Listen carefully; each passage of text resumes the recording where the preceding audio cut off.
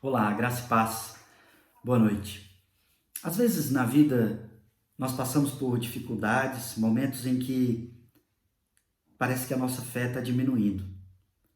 Nós já tivemos fé um dia, já confessamos a Cristo, fomos até fervorosos e em outros momentos, em outras fases, dependendo das circunstâncias, nós já não sentimos mais como nos sentíamos antes. É como se nós já estamos andando à frente, mas já não sabemos mais o que nos motivou lá atrás a seguir por esse caminho de fé. Se você já passou por isso em uma hora, um momento ou outro, em uma hora ou outra, não pense que você está sozinho.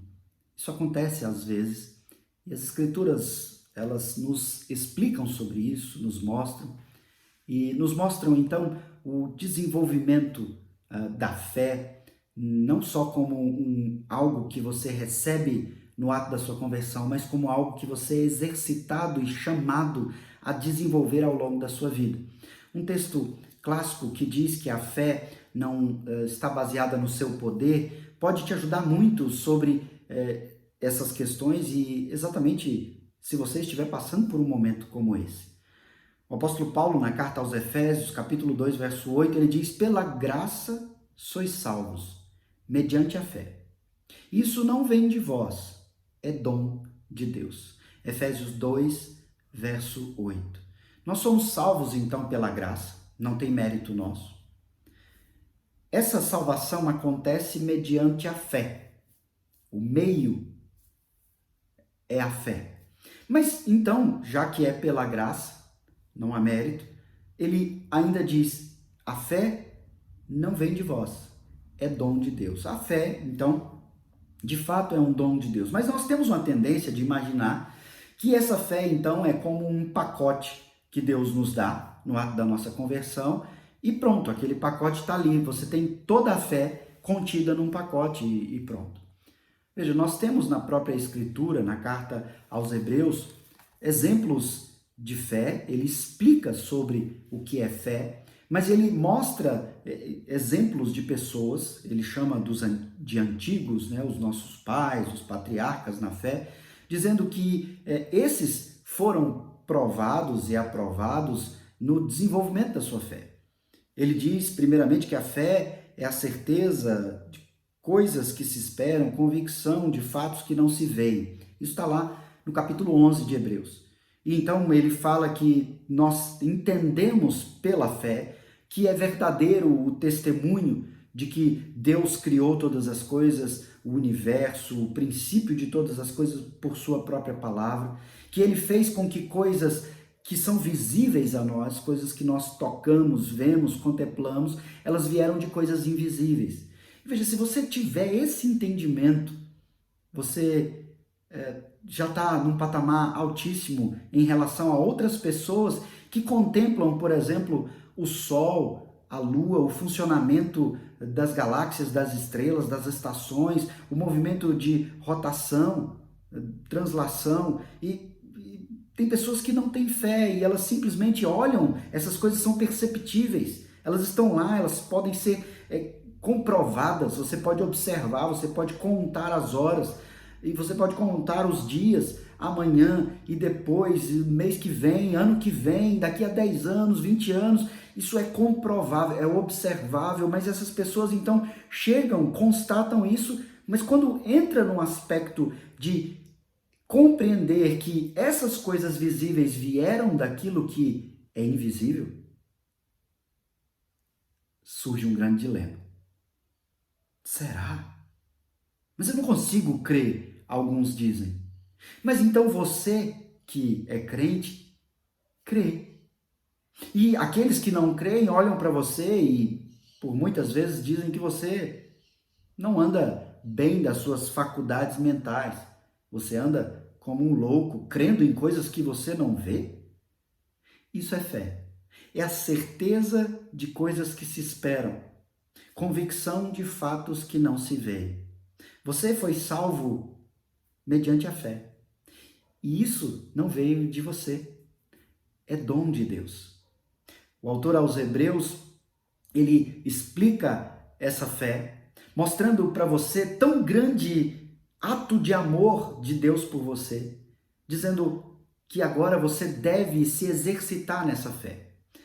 A fé, então, ela não é só, como eu disse no início, não é só um pacote que você recebe completo e guarda. Agora, sendo um crente, você simplesmente tem um pacote de fé. Não, você é convocado por Deus a viver agora num relacionamento de fidelidade. Sim, nas Escrituras, fidelidade e fé, elas caminham muito juntas, as palavras, os significados, a relação.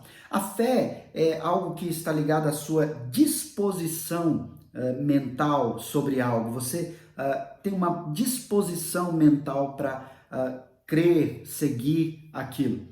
A fidelidade está muito mais ligada a uma virtude de relacionamento.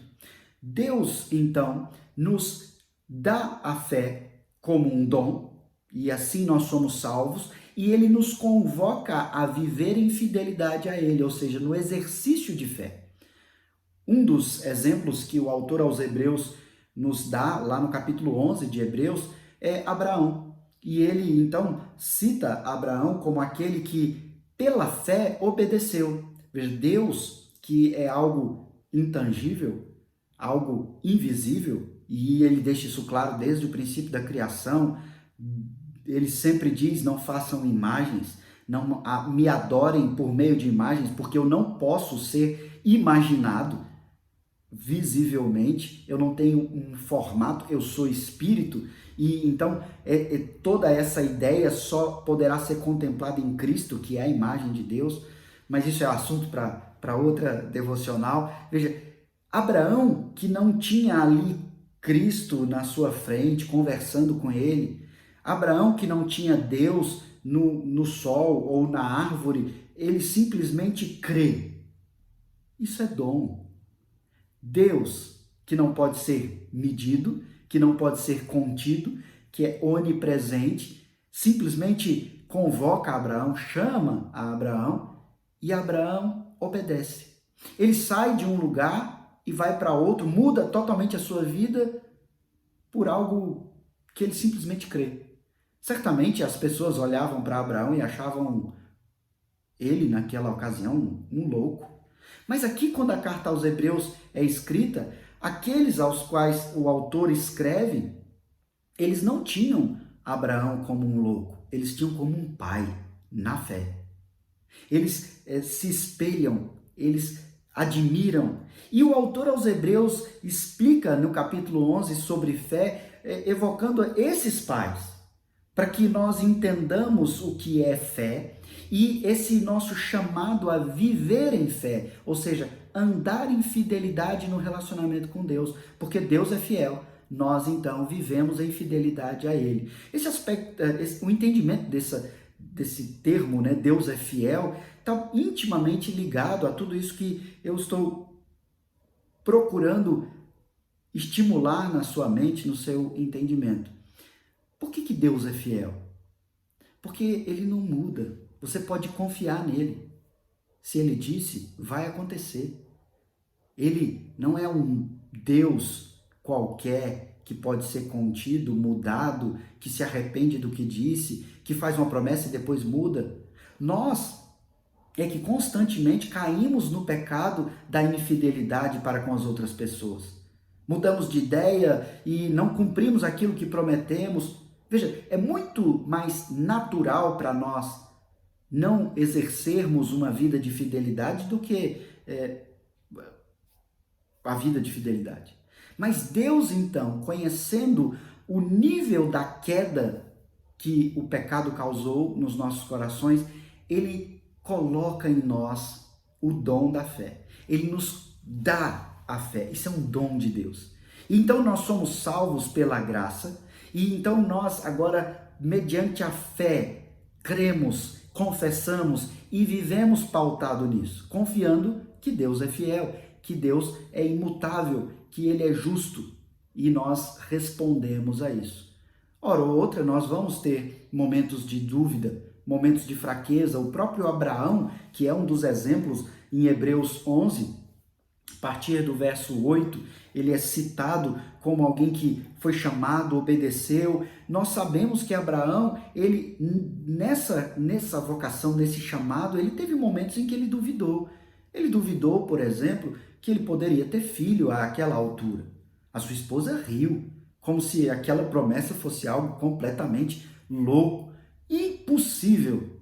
Abraão também duvidou do poder de Deus de manter, de preservar ele em meio àqueles povos estranhos, e ele disse que a mulher dele era uma irmã, não era esposa dele. Então veja, nós vemos aqui aquele homem que é tido como um exemplo de fé, titubeando, vacilando em alguns momentos. E Deus tem nos chamado a desenvolver esse relacionamento de fidelidade. Eu gostaria que você começasse a pensar na sua fé, não como um conceito de algo que você tem e outra pessoa não tem, mas comece a pensar na sua fé como ligada ao relacionamento de fidelidade que você tem com Deus. Um relacionamento de fidelidade que precisa ser crescente, você precisa se desenvolver nessa fé. A fé, como a ilustração bíblica, ela pode ser tão pequenininha como uma semente de mostarda, mas ela pode se desenvolver e se tornar uma grande árvore, né? Algo muito maior. Ela pode se expandir de forma grandiosa. E Deus tem nos chamado a experimentar esse relacionamento, a vivenciar esse relacionamento de fé. O apóstolo Paulo, em outro texto, o texto de Gálatas, um texto que já foi objeto aqui de uma das nossas devocionais, Gálatas capítulo 2, no verso 20, ele diz: logo, já não sou eu quem vive, mas Cristo vive em mim, e esse viver que agora tenho na carne, vivo pela fé no Filho de Deus que me amou e a si mesmo se entregou por mim. Não sei se você viu a outra devocional, mas o apóstolo Paulo está repreendendo Pedro quando Pedro começa a voltar em alguns rudimentos daquilo que eles já tinham deixado para trás. Pedro começa agora a ter um certo medo de algum grupo ou outro, e ele começa a mudar o seu comportamento, ter o seu comportamento pautado no meio, nas circunstâncias, e Paulo o repreende e diz: não, seja coerente, seja corajoso, e eu faço, não porque eu tenho isso em mim natural, não porque eu tenho poder, mas eu faço pela fé, eu vivo pela fé. Esse viver que agora tenho na carne, de que Cristo vive em mim, ele é vivido, ele é experimentado pela fé no Filho de Deus, ou seja, eu creio e eu não volto atrás. A minha vida agora, meu comportamento, meu pensamento, meus afetos, eles são direcionados por aquilo que eu crio. A fé que foi dada a você como um pacote. Agora é algo que você precisa desenvolver. Você precisa fazer com que seja crescente o seu entendimento e a sua resposta a essa fé. Um relacionamento de fidelidade. Então pense sempre em fé como um relacionamento que precisa ser desenvolvido, experimentado em dimensões cada vez maiores. Esse relacionamento, ele vai, às vezes, te deixar em momentos muito pensativos. Quando você não tiver elementos palpáveis, tangíveis, você crê que Deus vai te socorrer, mas isso é crença, é fé. Você não tem uma prova, você não tem um documento registrado em cartório onde Deus se compromete a prover tudo o que você precisa. Você crê, porque Ele é Espírito e nos chama a viver pela fé. Veja, são conceitos que nos ajudam nos momentos de fraqueza. Deus te deu o dom da fé, que te diferencia, como eu disse, dos outros que não têm fé. Porque você então olha para a beleza da natureza e você sabe que todas essas coisas belíssimas, que são observáveis, uma cachoeira, o canto dos pássaros, as montanhas, a chuva, grandes rios, o oceano, tudo isso pode ser contemplado, e nós temos em nós esse prazer de contemplar a criação de Deus. Isso é natural a todos, nós admiramos, mas nós que cremos em Deus, admiramos ainda mais porque nós sabemos que tudo aquilo veio a existir de coisas que não se veem. Deus é espírito e ele cria de si mesmo, ele que é espírito, todas as coisas que se veem. E crer nisso te move a olhar para circunstâncias difíceis, momentos difíceis, doenças difíceis e simplesmente crer que Deus provê, que Deus cuida, que Deus é um Deus de amor, que tem conduzido a sua vida e todas as coisas para o seu crescimento nesse relacionamento de fidelidade. Então, crer em Deus não é algo que tira você de qualquer contexto de sofrimento, jamais. Mas é algo que te dá a convicção, a certeza de coisas que não se veem, mas que você tem certeza. Porque se fosse algo que se vê, qualquer um poderia crer, mas você recebe o dom de Deus de crer. Crer que Ele é amoroso, que Ele é justo, que Ele é o seu pastor. Abraão, então, foi experimentado na sua fé. Ele creu, ele obedeceu, mas ele continuou a ser experimentado nesse relacionamento de fidelidade.